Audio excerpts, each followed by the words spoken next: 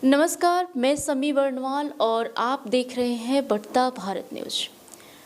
अभी हमारे साथ नटराज कैरियर कोचिंग के निर्देशक हैं राहुल सर। तो जानते हैं इनसे इनके संस्था के बारे में। सबसे पहले तो आपका स्वागत है। Thank you. संस्था शुरू किए हैं नटराज कैरियर कोचिंग। तो कितना समय हुआ आपको स्टार्ट किया? विगत 2018 में मैंने इसकी स्थापना की और इसकी स्थापना का मूल उद्देश्य यही था कि अभावग्रस्त या फिर शिक्षा से वंचित जितने भी बच्चे हैं उन लोगों को मुख्य धारा में जोड़ना और फिर शिक्षा को सहज तरीके से बच्चों के सामने पेश करना ही हमारी पहली प्राथमिकता थी। और इससे लेकर के मैंने बहुत सारी चीज़ों को लेकर के आसान बनाने का प्रयास किया जिससे बच्चे काफ़ी अधिक से अधिक लाभान्वित हों। और अभी यहाँ पे हमारे यहाँ अष्टम वर्ग, नवम और दसम तक के विद्यार्थियों की ऑल सब्जेक्ट की पढ़ाई होती है। फैकल्टी मेंबर भी हैं जो एक सोनू कुमार तिवारी हैं जो एसएसटी पढ़ाते हैं, जो कि अभी हाल ही में एमपी पीसीएस में उन्होंने पीटी क्वालिफाई किया है और जीएस पे काफ़ी अच्छी पकड़ भी है। मैं स्वयं मैथ, साइंस और संस्कृत में पढ़ाता हूं बच्चों को। और संस्कृत को लेकर के बच्चों में जो फियर रहता है वो हमने ये चीज़ दिखाया है। वैसे यूट्यूब चैनल्स वगैरह पे भी चीज़ें जाती रहती हैं। और एक नया पहल भी हमने बेतियाँ के लिए करने का प्रयास किया कि हमने साइंस लैब को लाया। और अभी तक पूरे चंपारण में किसी भी हिंदी माध्यम के कोचिंग में मैट्रिक के जो आपको लैब की कोई व्यवस्था नहीं है, जिसमें हर एक केमिकल्स को रिएक्शंस कराने के लिए हर एक केमिकल को कैसे देखा जाता है। बच्चे केवल किताबी भाषा पढ़ करके उस चीज़ों के बारे में सहज नहीं हो पाते हैं। तो जब वो केमिकल्स को देखेंगे तो इससे ये होगा कि एक समाज को नया मैसेज जाएगा, बच्चों में साइंस के प्रति रुचि बनेगी।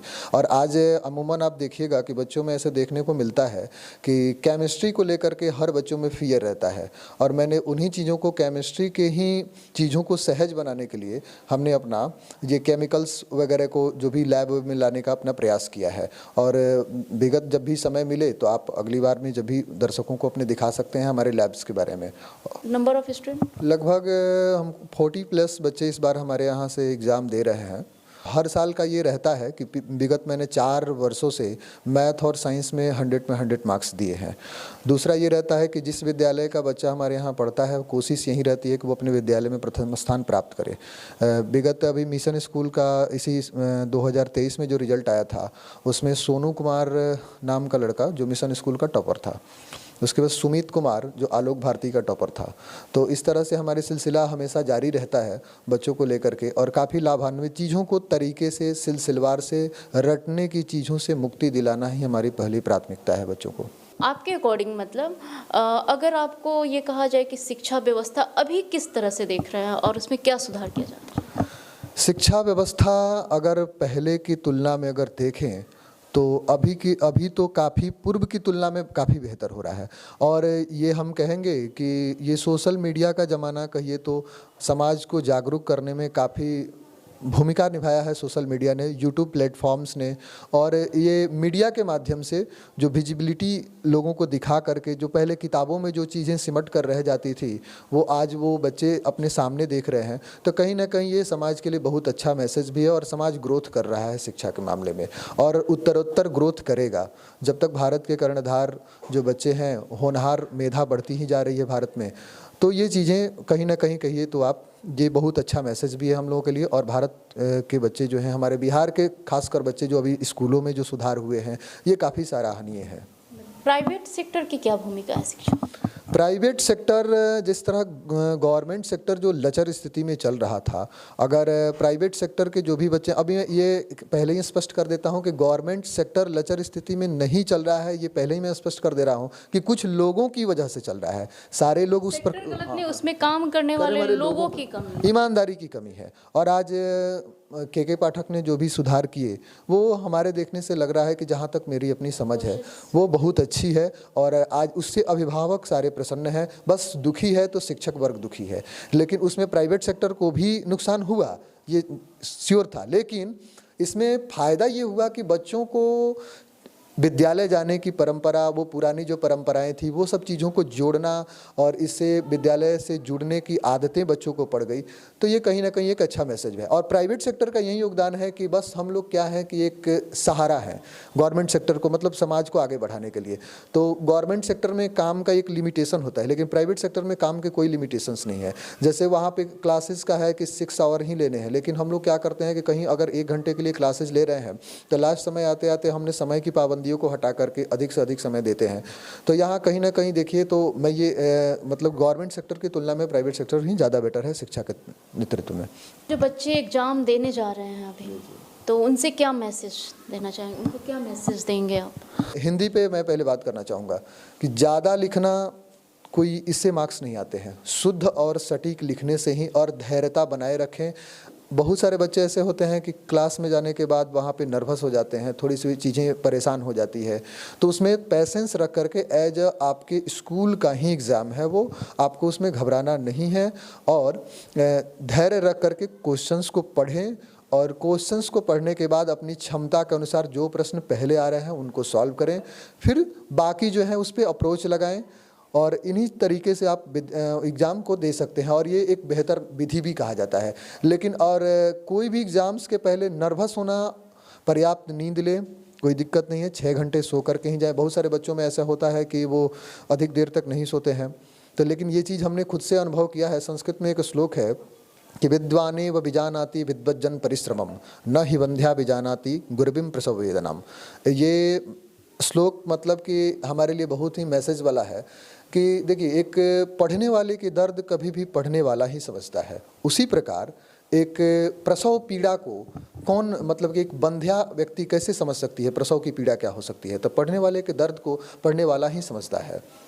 यही हम मैसेज देना चाहेंगे कि बस धैर्य से और लगन से एग्ज़ाम दीजिए, और अडिग रहना है अपने लक्ष्य को लेकर के, और विषमता के क्षणों में भी समता की अनुभूति करनी है।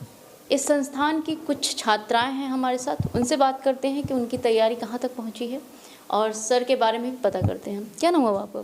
सारिका कुमारी। और कब से पढ़ रही हैं सर के संस्थान में? 5 जनवरी 2023 से। सर कैसा पढ़ाते हैं? अच्छा पढ़ाते हैं, सब कुछ अच्छा। डाउट सेशन वगैरह देते हैं? हाँ, सब कुछ देते हैं, एक्स्ट्रा क्लास भी देते हैं डाउट के लिए। कि कितना जाएगा मार्क्स आपका? 450 के अबव चाहिए। और आगे क्या करना है इसके बाद? अभी तो एग्ज़ाम देंगे, फिर कोई गोल सेट? हाँ, इंजीनियर का। आपका नाम क्या हुआ? अनन्या कुमारी।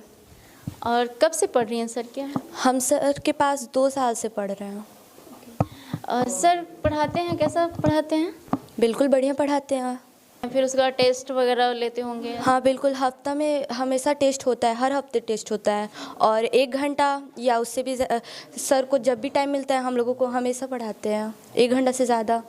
और सर अभी बता रहे थे कि लैब की भी व्यवस्था है यहाँ पे, तो आप लोग थ्योरी के साथ प्रैक्टिकल भी करते हैं? हाँ बिल्कुल, हम लोग प्रैक्टिकल सीख रहे हैं, सर हम लोगों को सिखाते हैं। आगे क्या करना है? आगे मेडिकल लाइन में जाना है।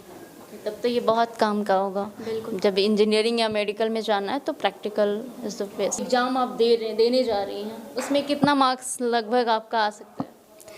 उम्मीद तो है कि हमें 450 प्लस आ सकता है, और अब वो तो पढ़ने पे डिपेंड करता है। नाम क्या हुआ आपका? श्रेयसी। और कब से पढ़ रही हैं सर? क्या मैं अप्रॉक्स 1 साल से। और तैयारी अच्छी है? हाँ, बहुत बढ़िया।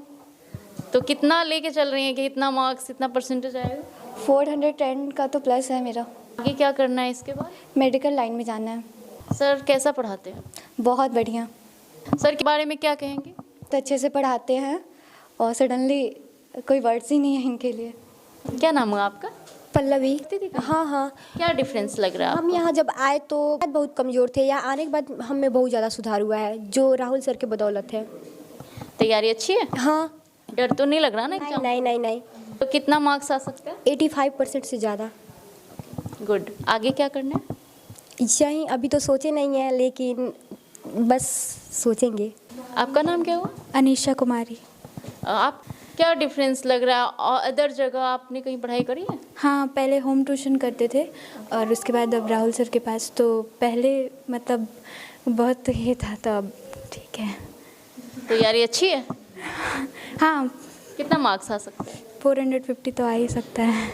आगे कुछ सोचा है क्या करना है? हाँ, इंजीनियरिंग में जाना है। आप सभी से मिलकर बातें करके बहुत अच्छा लगा इनफैक्ट, और आप सबका एग्ज़ाम भी है, तो मेरी तरफ से आप सभी को बहुत बहुत शुभकामनाएं। खूब अच्छे से पढ़िए और रिवाइज कीजिए, रिवाइज सबसे ज़्यादा ज़रूरी है, और एग्ज़ाम दीजिए। All the best. Thank you ma'am. आपका नाम क्या हुआ? टीसी कुमार। कब से कर रहे हैं यहाँ पे क्लास? जी मैं यहाँ से 9th क्लास से कर रहा हूँ। सर क्या क्या सुविधाएं यहाँ पे आपको अदर इंस्टीट्यूट से किस तरह से अलग दिख रहे हैं?